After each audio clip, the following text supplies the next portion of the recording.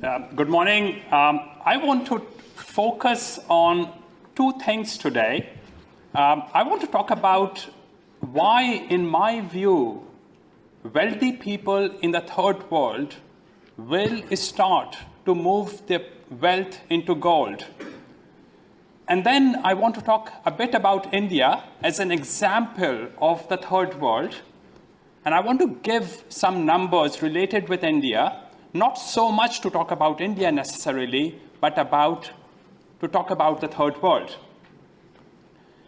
Let's look at some of the numbers, data, the IMF, the World Bank, and the international media constantly shows you. What you see here in front of you is data between 2002 and 2012.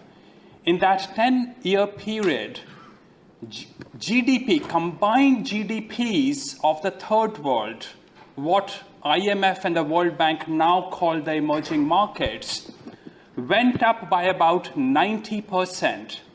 That is an exceptionally good growth of the third world.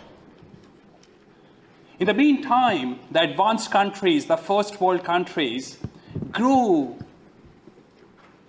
at a very small pace, according to the international media and the international organizations, only by about 15%.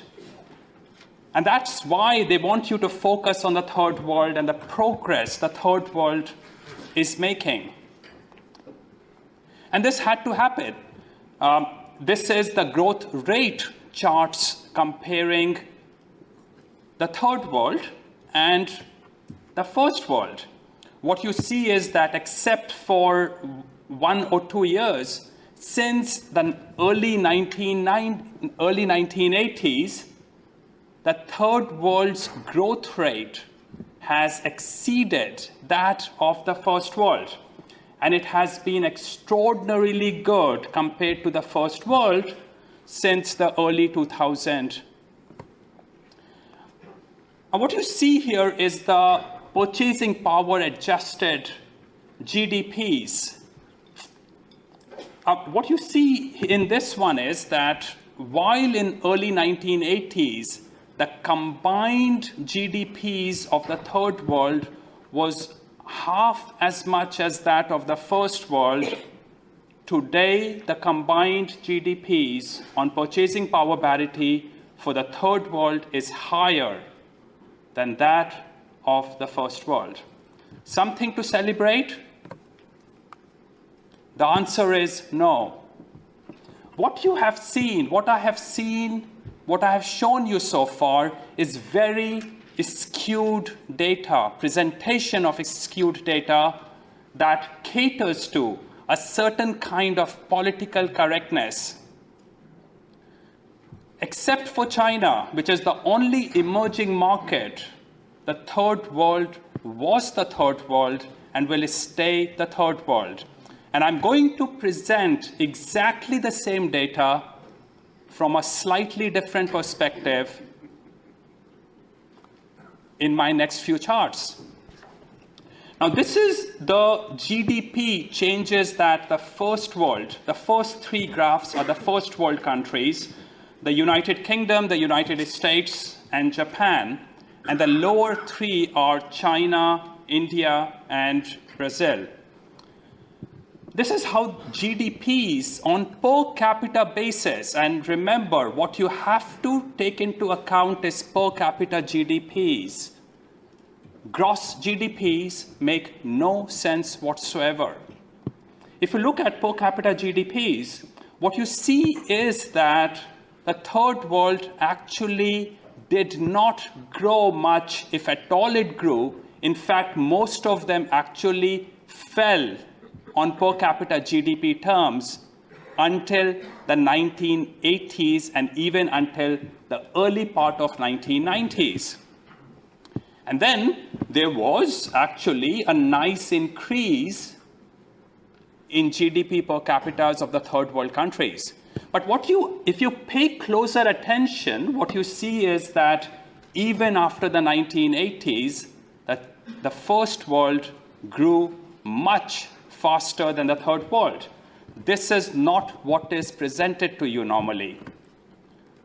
Let's zoom in a bit. And this is, again, exactly the same data that I showed you in the first 3 slides. GDP on per capita basis for the first world in the last 38 years is the upper graph. And you can see visually how rapidly the first world has grown since 1980s. The third world, in the meantime, has of course grown, but it has been actually very sluggish growth, particularly given the fact that they have started using a politically correct term called purchasing power parity. Most of the confusion is created by the usage of terms growth and growth rate. They confuse the 2 terms consistently. I want to show you how they manipulate these numbers to present a very politically correct aspect of the third world. Let's look at these numbers. US GDP on per capita basis grew by $8,000 approximately in this time duration, which was actually a bad time frame for the United States. Indian GDP in the same period grew from $1,000 to $1,600 US per capita. Now, what they will tell you is that American GDP grew by only 16%, and Indian GDP per capita grew by fabulous 60%. That is what you see in these numbers. But mathematically, you can't compare growth rates to growth rates unless they are at the same basis. United States says GDP is at a completely different base than that of India. What you also see in these numbers is that in this period, United States on per capita basis as much GDP on per capita basis as is the GDP of per capita of China. And United States on per capita basis has added about 8 times that of GDP per capita of India.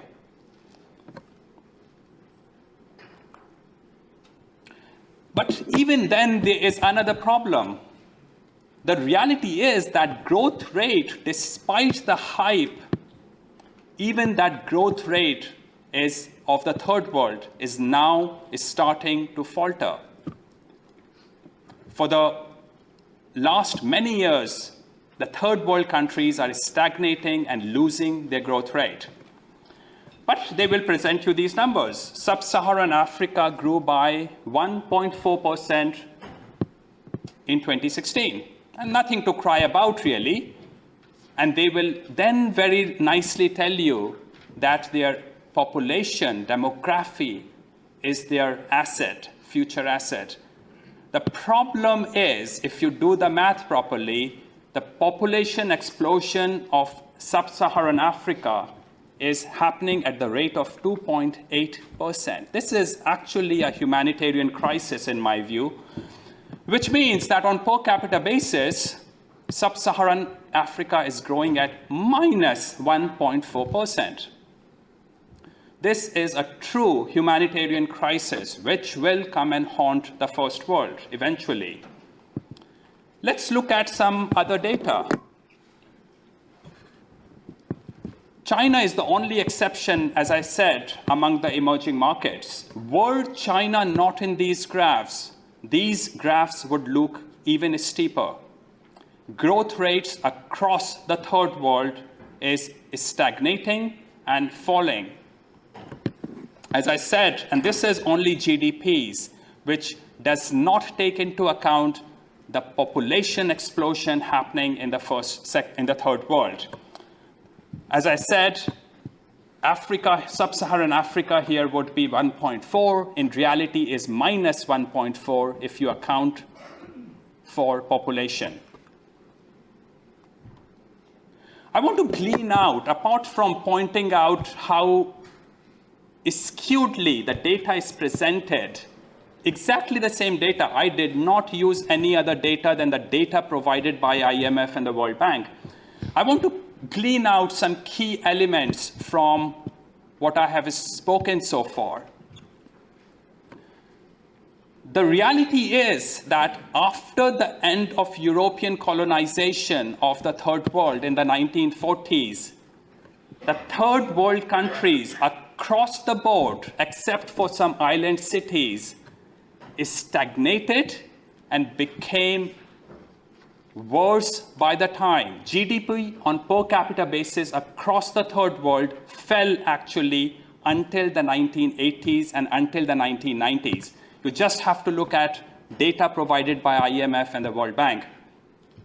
But much worse was actually happening in the Third World. The Third World across the spectrum was becoming terrible tyrannies.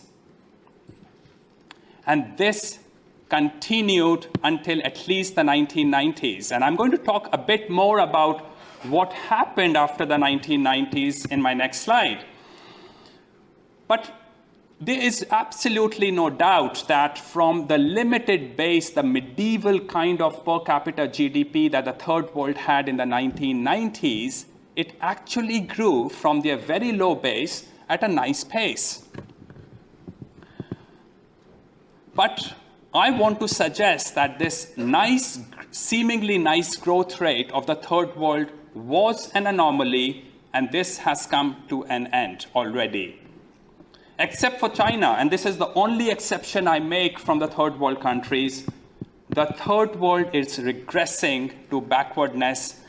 And in my view, it's regressing to Malthusian equilibrium, which means that these people will return to borderline starvation. That is the way these people evolve.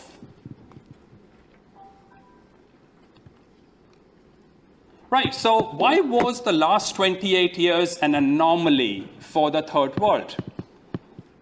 Now, if you look at literary, art, and scientific contribution of the Middle East, Africa, and South Asia over the last 1,000 years, you will probably come to only figuratively and literally only one thing, and that is the zero.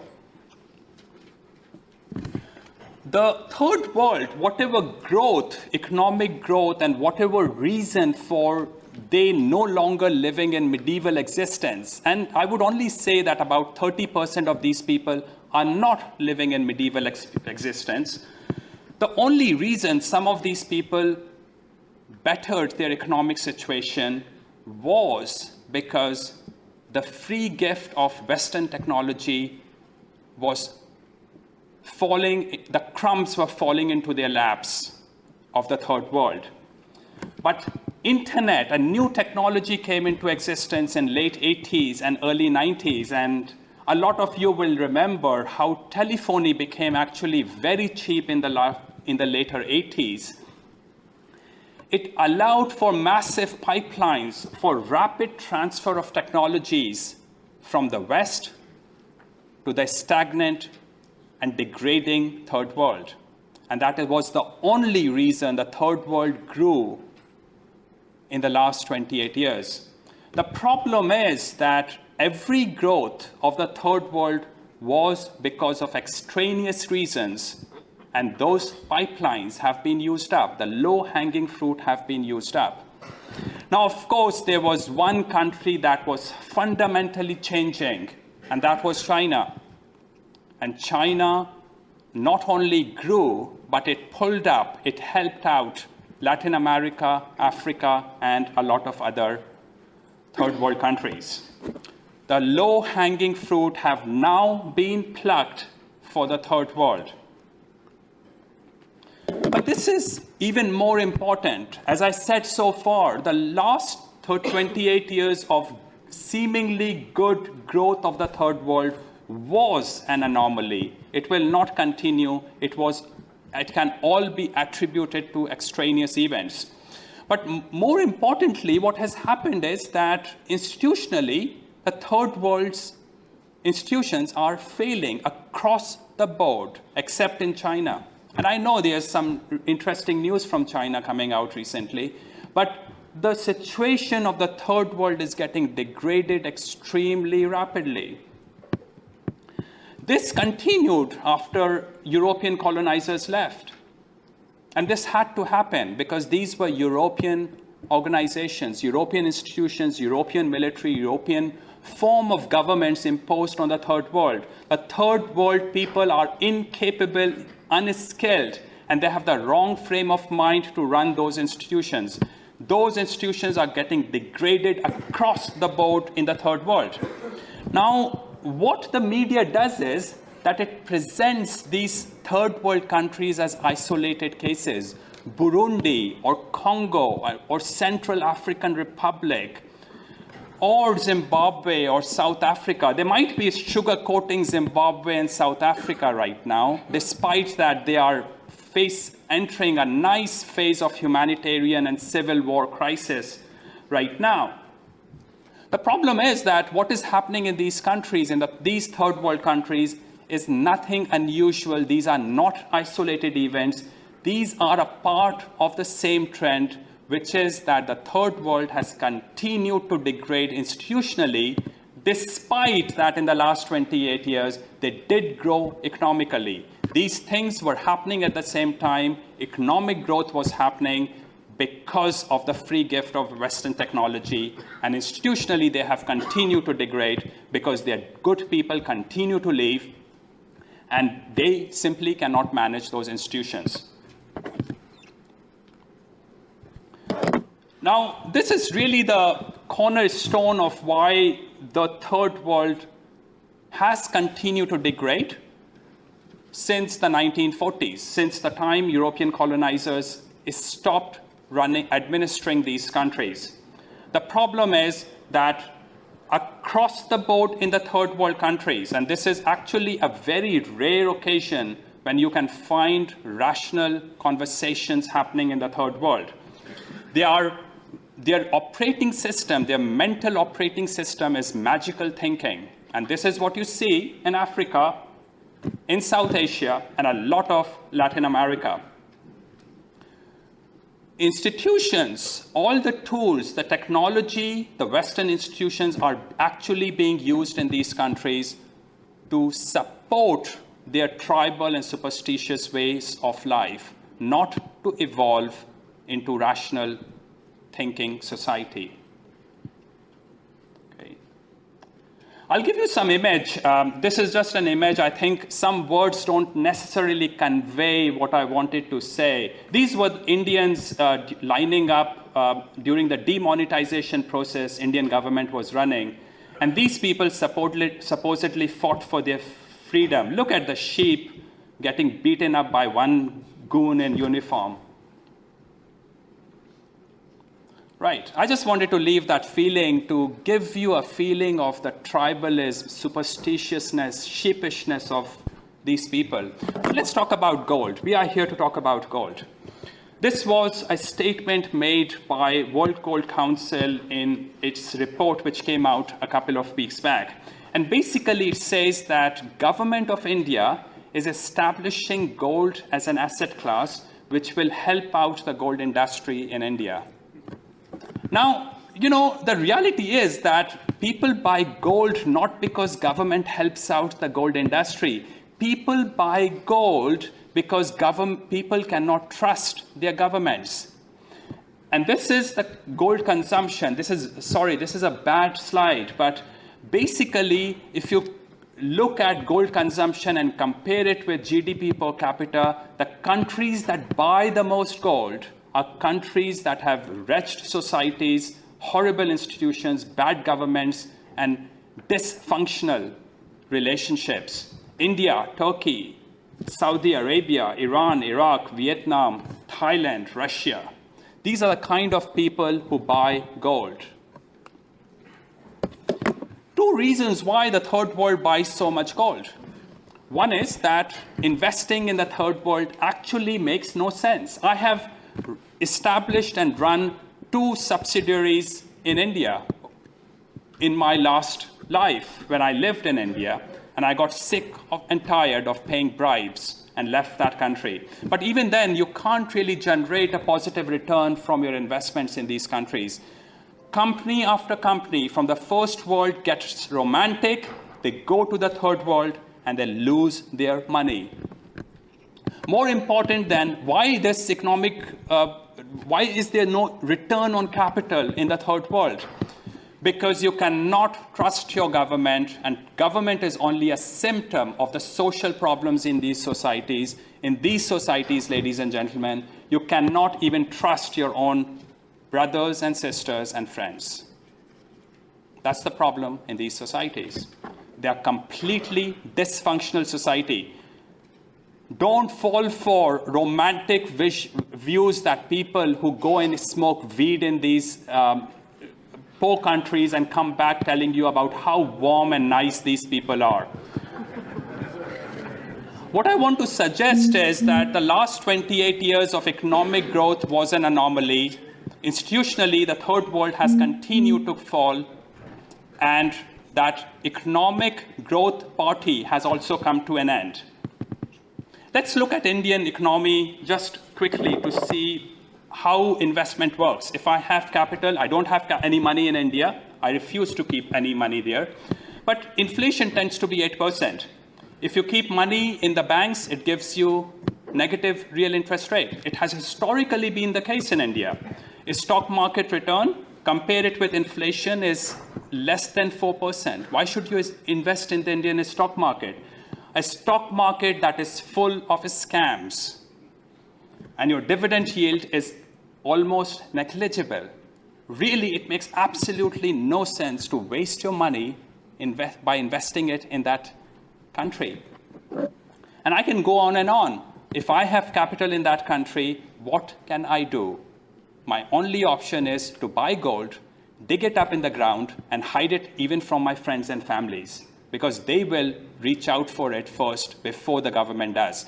That is the nature of the third world countries. Let's talk about how much gold Indians are buying. You get different kind of figures from different people. The reality is, I'm not bad-mouthing those numbers, because that's the best they can do, but the reality is no one knows how much gold Indians are buying. And the answer is in these numbers. The tax on gold in India is 13.3%. The street price of gold should be 113% of international price, plus all the costs and profit markups involved in importing and trading and selling gold. I can actually go to a gold shop in India and get gold for less than 110% of the international price. But really, this is how every business works in India.